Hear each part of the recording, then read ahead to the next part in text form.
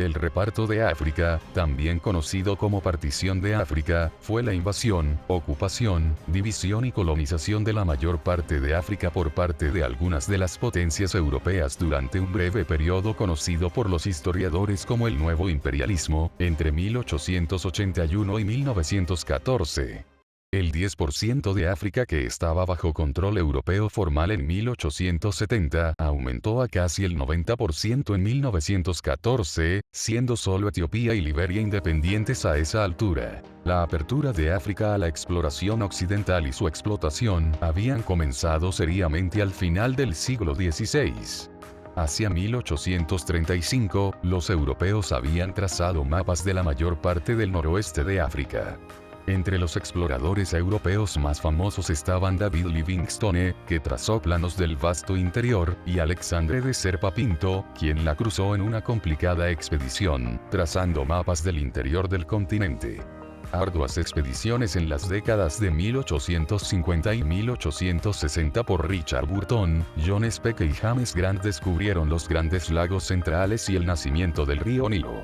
Para el final del siglo, los europeos habían cartografiado el Nilo desde su nacimiento, el recorrido del río Níger, los ríos Congo y Zambeze habían sido trazados, y el mundo había descubierto los grandes recursos de África. Pronto empezó la competencia. Reino Unido quería conectar sus territorios en Sudáfrica con su protectorado en Egipto, pero Francia quería conectar el este con el oeste. ¿Cómo es que no terminó en una guerra? Bueno, fue gracias a este señor, Otto von Bismarck, que organizó una conferencia llamada Conferencia de Berlín, que reguló la colonización y el comercio europeos en África.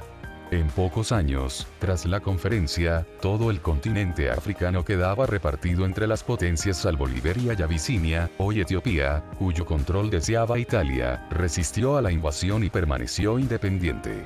En 1889 el soberano abisinio Menelik II firmó el Tratado de Wuchale y entre las dos versiones firmadas, una en italiano y otra en amárico, se generó una controversia en la interpretación del artículo 17. En la versión europea sometía la política exterior de Abisinia a la dirección del gobierno italiano, mientras que en la versión africana simplemente se indicaba una consulta a Roma sobre las acciones exteriores de Abisinia. Ahora vamos con algunos acuerdos. Los propósitos del rey Leopoldo II encontraron apoyo en Francia y en Alemania, convenciéndolos que para los intereses de ambos países era necesario asegurar el libre comercio en África.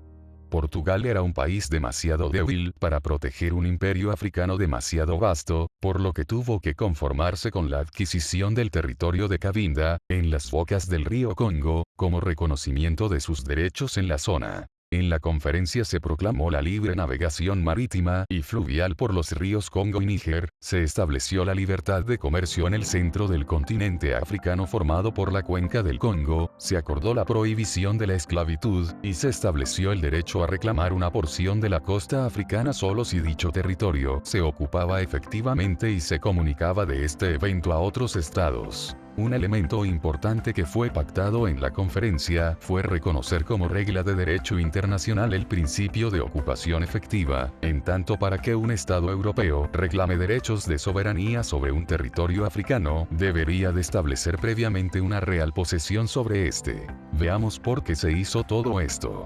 Mientras el África tropical no era una zona de grandes inversiones, otras regiones sí lo eran. El vasto interior, entre Sudáfrica, rica en oro y diamantes, y Egipto tenía un valor estratégico importante para asegurar el flujo del comercio exterior.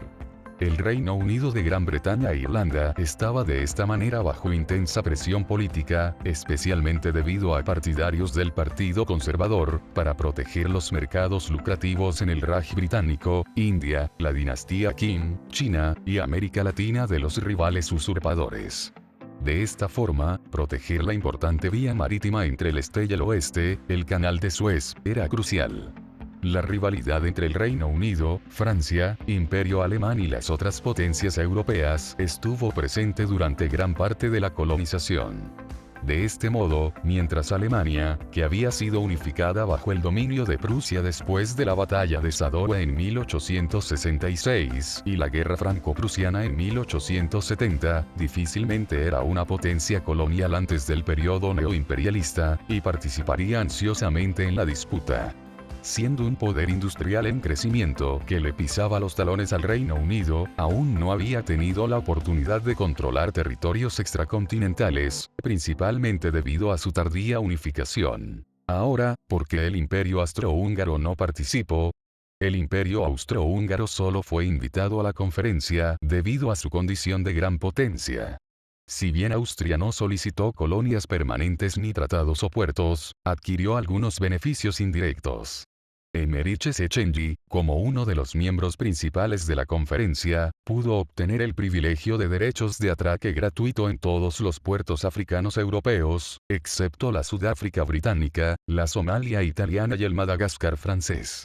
Austria-Hungría también pudo firmar acuerdos comerciales consistentes en bienes coloniales de África, con varias de las otras potencias presentes. Ahora sí, espero que les haya gustado y si es así, esperen una parte 2 donde vamos a hablar de la descolonización de África. Chao.